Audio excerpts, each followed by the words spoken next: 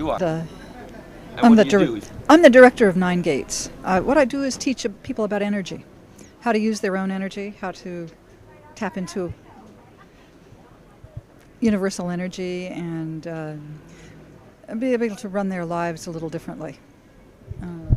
We're here. We are at Mill Valley. It's called the Depot. It's like the book depot. It's like the center of the alternative universe in America, isn't it? You could say that, yes. Marin County is certainly a place of a lot of New Age ferment and a lot of discovery. And your program fits in that environment? It does in a way. It's a little more traditional in some ways. We have, it's called Nine Gates, meaning 9 energy centers that are ways into unity with the universe. Do they relate to like chakras? They do, although what we call the first gate is actually 3 chakras. We use the feet, the knees, and the root as one gate. And because people have to learn certain things about the issues that go with these energy centers. Yes. I think when you realize that everything is energy and that you are a being who vibrates at many different frequencies, and that each frequency you have different issues and a different view of the world, it simplifies things. It means that you don't get caught up in complex issues and symbols and so on in order to understand yourself and how to play the whole instrument instead of being limited to 1 or 2 points of view. So you use these 9, or you teach people to use these 9 energy centers in a specific way, and what tradition do you draw from? 9 different traditions. They all use them.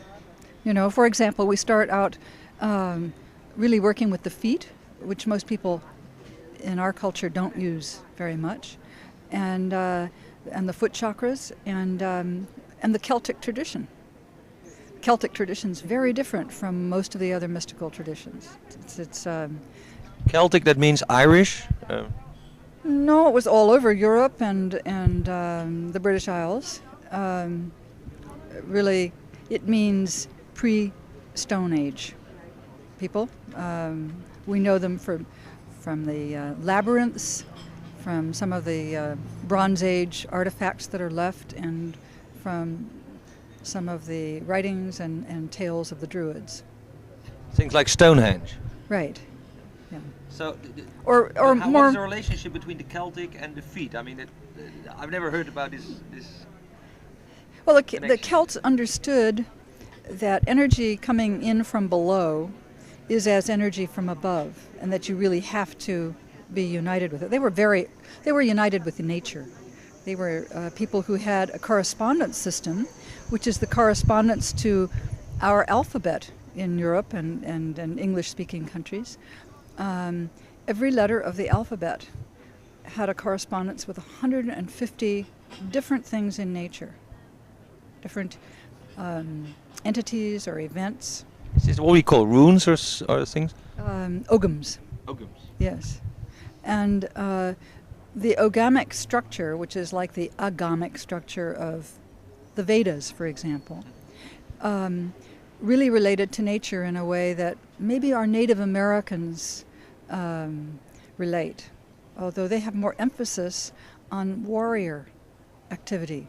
The Celts really did not look upon life that way. They were so unconcerned about interruption of the continuity of life by death that they'd lend money in one life to be paid back in the next. See, they really had a different concept of the flow of nature. Now you say they had an alphabet, and was this a sound? Were these syllables? These were sounds? Yes. So they related some sounds to some forces in nature. Just like you've heard of the emerald tables of ancient Egypt, which was a correspondence system allowing them to understand the mystical background of earthly events and to make sense out of what was happening. The Ogams were understood by the Celts in the same way. And they related to a natural universe in which they understood a good deal that we have forgotten. And there's only way, we can begin to reprocess some of this information for ourselves by learning to experience things as they did. But we've been really cut off in our modern societies. So your 9-gate system is also a way of resensitizing ourselves to what we've lost. Yes, but not just to the Celtic, for example, when we move to the second chakra this year, we'll be working with an African shaman. And sometimes we work with a Chinese Taoist. It depends on what we're doing, whether we work with Tantra. The whole idea is if you think of us as like a spectrum, every person being like a spectrum of different vibrations, then at each level, at each of these vibrational levels, we're a different being. We have different knowledge, we tap into different things, we're attuned to different things. And when we learn to play all the notes of our energy system, then we can tap in at all these different levels. Now, some other systems, they say, for instance, we have an animalistic nature and we have a more a mental nature. Is this similar to what you teach? It can be mapped into exactly. I'm just trying to make it simpler. I'm not saying animalistic because that carries some depreciation of those vibrations. I mean, we need to be connected to the earth. If we're not, our ecological activities will be nothing. They will all be lip service. They won't be real because we won't feel what's going on in the earth. She won't be real to us until we tap into what you might call some of our more animalistic nature. And so tell me more about another chakra. All right. Well, for example, let's look at the third chakra because that's the main chakra that we use in our society. That's the exertion of will, the creation of structure. It's the whole solar plexus. Solar plexus. Yeah, which would be like our second launch station for Kundalini energy, for this flow of energy in the total system. We misuse it. We use it because we're concerned with personal power. We feel powerless in a universe where we think that we can control everything. Now many Americans, I notice many people actually, use that chakra, that willpower, to visualize or imagine material situation, like they want to be rich or whatever. This is quite a fashion in America for the last 10 years. How does this relate to your... Well, actually what we do is we teach people how to work with the emotions which are generated there. First of all, because our society is pretty much afraid of feeling, and certainly afraid of repressed feelings. So we teach people how to clear that chakra. Our main work, in a way, is to get people so that they're familiar with their own emotions, know how to bring them out, work with them, and then use some unfiltered energy from that chakra, because it's terribly filtered by all our repression and our tightness around that. Sits in that chakra. Sure, aggression, anger, you name it. There's also sorrow in that chakra. But there is also intuition in that chakra. Absolutely. So once it's cleared, then we'll do something like a Native American ceremony. We've been working with a Navajo teacher, and you can't go into that kind of ceremony with a congested third chakra. If you do, you get quite sick. So we use this as a purification, teaching people how to access and purify in their daily lives in an ongoing way, work with their own emotions and with each other, and stop being scared of it. You know that this is another energy center. There's nothing, you don't have to have a PhD in psychology or a psychoanalyst's degree to be able to work with yourself. The people that come to you, are they normal people? Are they therapists? All different kinds. I don't have, there's no way for me to tell you. All different ages, from 19 to 80, and every different profession. So what you basically do is you help them to reinvent their chakras, to reinvent their energy centers, become aware of them, and then it's easier to live. It's expanded. Put it this way: it expands their lives. It gives them opportunities to be more of themselves, to nourish their souls, to have much greater breadth, much greater access, to be less afraid of dying, to, you know, for example, we do teach an Americanized process like Pawa, like Sogal Rinpoche teaches, and Tonglen, which is the compassion exercise of the Tibetans. My own training was with a Tibetan Lama. Which Lama was that? Tarthang Tulku and Chadgud Rinpoche mainly, although I've done a workshop with Sogal Rinpoche too. So out of this has come for me an appreciation of the value death has for us. That if we couldn't die, life would become unbearable. And we would never get off the dime and do anything about ourselves. I sometimes say death is when we remember we are not alone. Can you? It's when we remember that we're not alone and that every moment is consequential, that it matters what we think and what we do, and that there will always be a consequence to every thought. Does it help people to realize that they matter?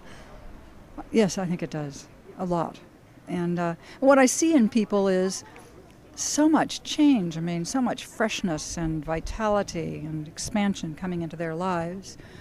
But I think the greatest change you can't see.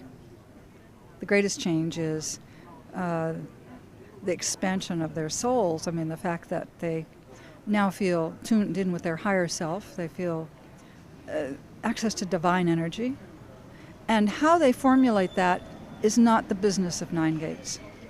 Nine Gates is not here to, I mean, if we have Buddhist teachers or if we have Hindu teachers or Sufi teachers, which we do, we're not here to say you must become a Sufi or a Hindu or anything. People study with different ones of the masters who come in, and some of them will go one way and some another, and some of them just then become what I would call an autonomously spiritual being. Somebody who lives in this world fully, you know, who is attuned in everything they do to their higher self. Self-realized, is it another? Self-realized, yeah. Now you travel a lot? I travel, yes.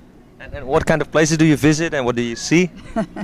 Well, I go to India to see Sai Baba, basically. I think he's the wonder of the world. And people just have to experience him for themselves. It's amazing. I always said to myself that if Christ were alive, walking around, I'd want to be in his presence no matter where he was. And when I heard about Sai Baba, my instinct was, that's where he is. Yeah, but there are some people in America that are like spiritual too. Ram Dass, many people. Many. Sogyal, Brother David. Yes, we have some wonderful teachers. In fact, Malidoma Soma is here now. He's an African shaman who is an incredible spiritual leader. No, I'm not saying. I think the magnitude of this being is something beyond my explanation. I couldn't understand it. Now, I understand Nine Gates is a program you do once a year? Yes, and we also take people on pilgrimages. I just came from Bali, and a group of Nine Gate people are going now to Bali, to the temples. They will study with some of the masters. They will study with a healer, a Balian, a Dukong.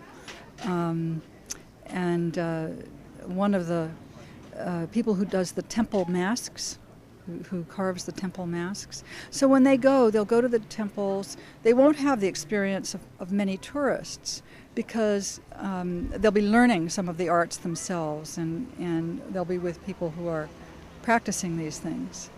And so I love traveling to Indonesia. I've taken people to Mexico. We've gone to some of the temples on Yucatan and Mexico City, to Hawaii, to the heiaus, and we work with a kahuna each year. So in fact you integrate many traditions, yes, and you have some kind of framework for it which you call Nine Gates. Right. That's correct. Okay. This was Luce in Mill Valley, California.